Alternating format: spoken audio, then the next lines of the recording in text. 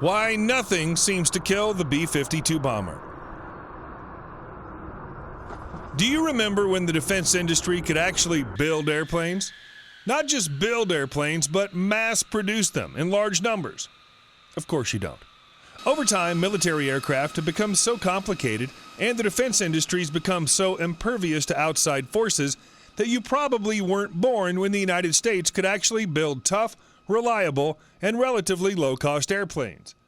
Look no further than the B-52, also known as the Buff, for big, ugly, fat effer.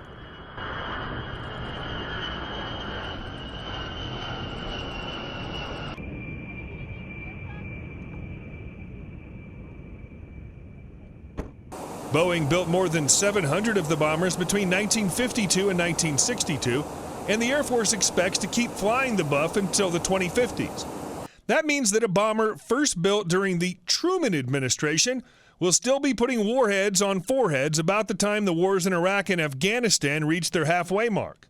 In comparison, the B-1 Lancer and B-2 Spirit, which first flew in the 1980s, are both expected to be retired in the early 2030s, more than a decade earlier than planned, according to Air Force magazine.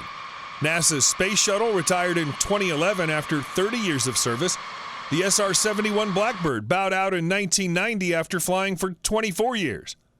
Meanwhile, the service would upgrade 76 B-52s and buy at least 100 new B-21 stealth bombers. The result in the 2040s would be a force of no fewer than 175 bombers composed of factory-fresh B-21s and 80-year-old B-52s. The Air Force wants to grow from 9 bomber squadrons in 2019 to 14 by 2025. Any expansion of bomber force would likely involve the flying branch by more than 100 new B-21s. Under any likely scenario, the B-52 endures. Simple, durable, and cheap to operate, the B-52s are the Air Force's long-range missile haulers. The military does not plan for the old bombers to penetrate enemy defenses during a high-tech war. They instead would launch cruise missiles from beyond the range of air defenses. To keep the old bombers viable, the Air Force is spending $32 billion replacing their TF-33 engines, and as part of the Combat Network Communications Technology upgrade, rewiring their bomb bays for smart weapons. Connect gives the B-52 a digital backbone, enabling aircrew to receive digital tasking messages and real-time intelligence and threat data from multiple sources, the Air Force explained. All crew stations on the aircraft will be digitally linked, enabling information sharing while in flight, greatly improving situational awareness and mission flexibility. The goal in replacing the engines is to improve the B-52's fuel efficiency by at least 20% while maintaining its ceiling and takeoff performance.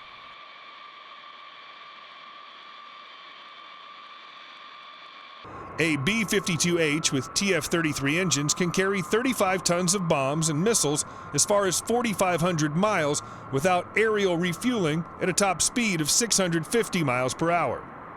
Back in the day, America built things to last.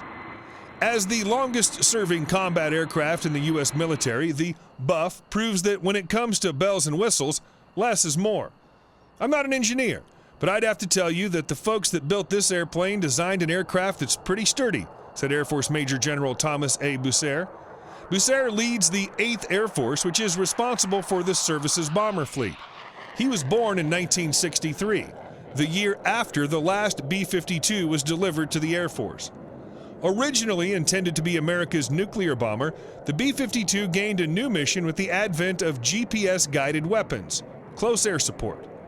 The Buff has come to the aid of troops in combat in Afghanistan and Iraq with a payload of 70,000 pounds of bombs and missiles. Although the B-52's been updated over the years, the bomber's core technology dates back to the 1950s and 1960s, making it totally unlike the Air Force's newest aircraft, Bussiere told Task and Purpose on April 20th. Essentially, we're working today with 1960s versions of aircraft that have been modified, like other weapon systems in any service, Bussiere said. The fact that it served so long and will continue to serve so long is a pretty remarkable statistic. One key to the B-52's longevity is that the bombers pull fewer G-forces than fighters, which are designed to yank and bank, he said.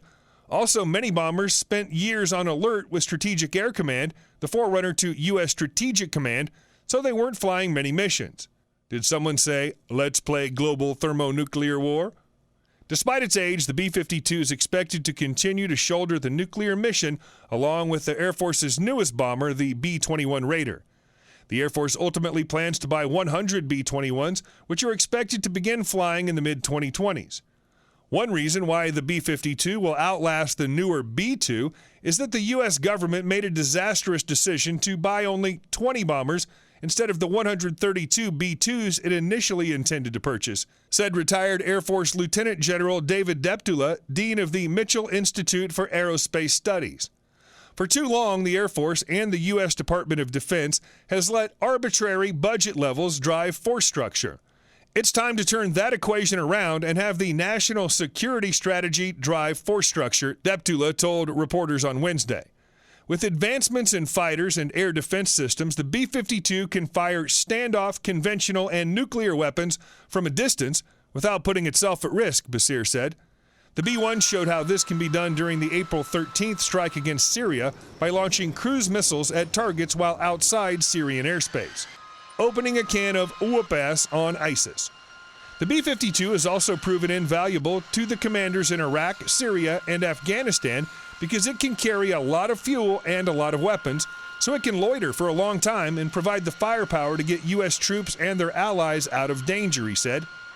During its 2017 rotation to the Central Command Theater of Operations, the 23rd Bomber Squadron flew 400 consecutive sorties against ISIS and Taliban targets before a maintenance issue canceled a mission, breaking the B-52's previous record for consecutive missions set during Operation Linebacker II in 1972, according to the U.S. Air Force Central Command.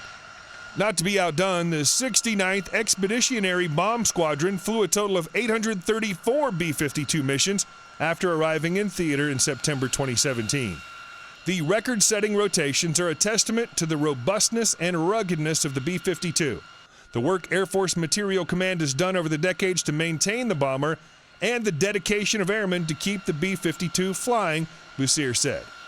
If you ever have a doubt about the motivation or discipline of an airman, I offer you to go out on the flight line and look in the eyes of a maintainer launching a B-52, Basir said. The B-52 warriors that rotated in and out of the Middle East absolutely crushed their mission.